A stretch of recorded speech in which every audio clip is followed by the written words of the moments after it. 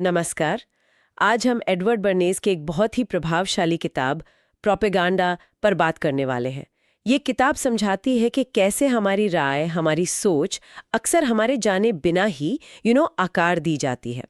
तो आज हम इसी किताब के कुछ मुख्य विचारों और तकनीकों को समझने की कोशिश करेंगे। कैसे सोच और व्यवहार को प्रभावित किया जाता है असल में। चलिए शुरुआत करते हैं बर्नेस के मूल विचार से कि प्रोपेगेंडा मतलब प्रचार वो भीड़ को एक दिशा देने का एक तरीका है, और इसी से जुड़ा है उनका वो दिलचस्प आइडिया अदृश्य सरकार। ये क्या है, जरा इसे खोलते हैं। हाँ, ये अदृश्य सरकार वाली बात काफी अहम है। देखिए, बर्नेस का मानना था कि समाज काफी जटिल है ना, और ज्यादातर लोग हर मसले की तह तक नहीं जा सकते। तो उनके हिसाब से कुछ गिने चुने प्रभावशाली लोग होते हैं। यही लोग मीडिया और पब्लिक रिलेशंस यानी जनसंपर्क का इस्तेमाल करके हमारी सोच को एक दिशा देते हैं, समाज को चलाते हैं एक तरह से। बर्नेस तो ये भी मानते थे कि लोकतंत्र में व्यवस्था बनाए रखने के लिए ये शायद जरूरी भी हो।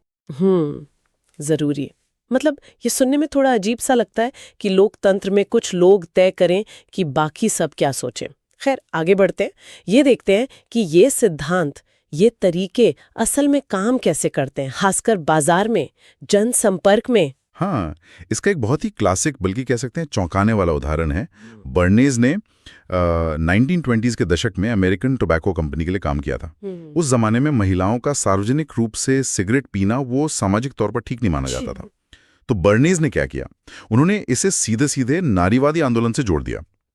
उन्होंने कुछ जानी मानी महिलाओं को न्यूयॉर्क की ईस्टर संडे परेड में सबके सामने सिगरेट जलाते हुए दिखाया, और इससे नाम दिया आज़ादी की मशाल, टॉर्चेस ऑफ फ्रीडम। अरे वाह, टॉर्चेस ऑफ फ्रीडम।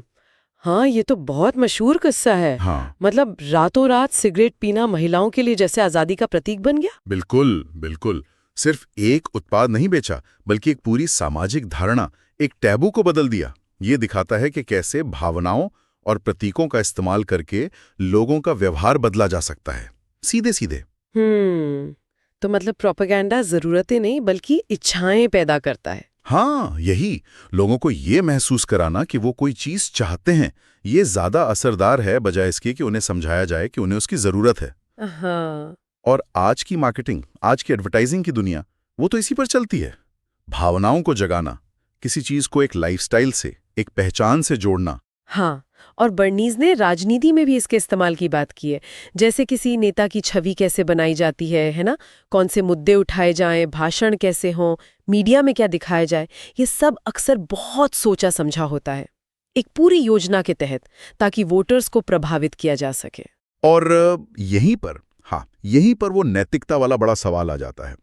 बर्नेस खुद मानते थे कि प्रोपेगेंडा एक बहुत शक्तिशाली, बहुत ताकतवर औजार है, और उनका कहना था कि इसका इस्तेमाल अच्छे कामों के लिए होना चाहिए, समाज में स्थिरता लाने, सकारात्मक बदलाव लाने के लिए।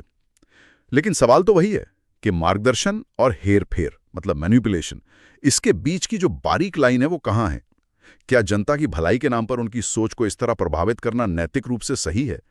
ये बहस तो आज भी उतनी ही ताज़ा है। तो हाँ, कुल मिलाकर इस पूरी चर्चा से एक बात तो साफ होती है कि हमारे बहुत से विचार, हमारी पसंद नापसंद, हमारे फैसले, चाहे वो कुछ खरीदने का फैसला हो या किसी पार्टी को वोट देने का या किसी सामाजिक मुद्दे पर अपनी राय बनाने का, वो शायद उतने हमारे अपने और स्वतंत्र ना हो जितना हम सोचते हैं।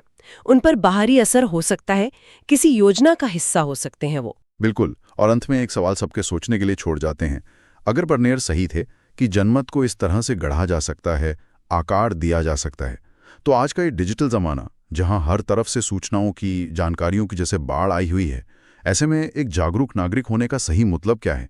हम कैसे पहचानें कि कौन सी जानकारी सच्ची है और कौन सी हमें सिर्फ प्रभावित करने के लिए बनाई गई हैं? सोचने वाली बात है।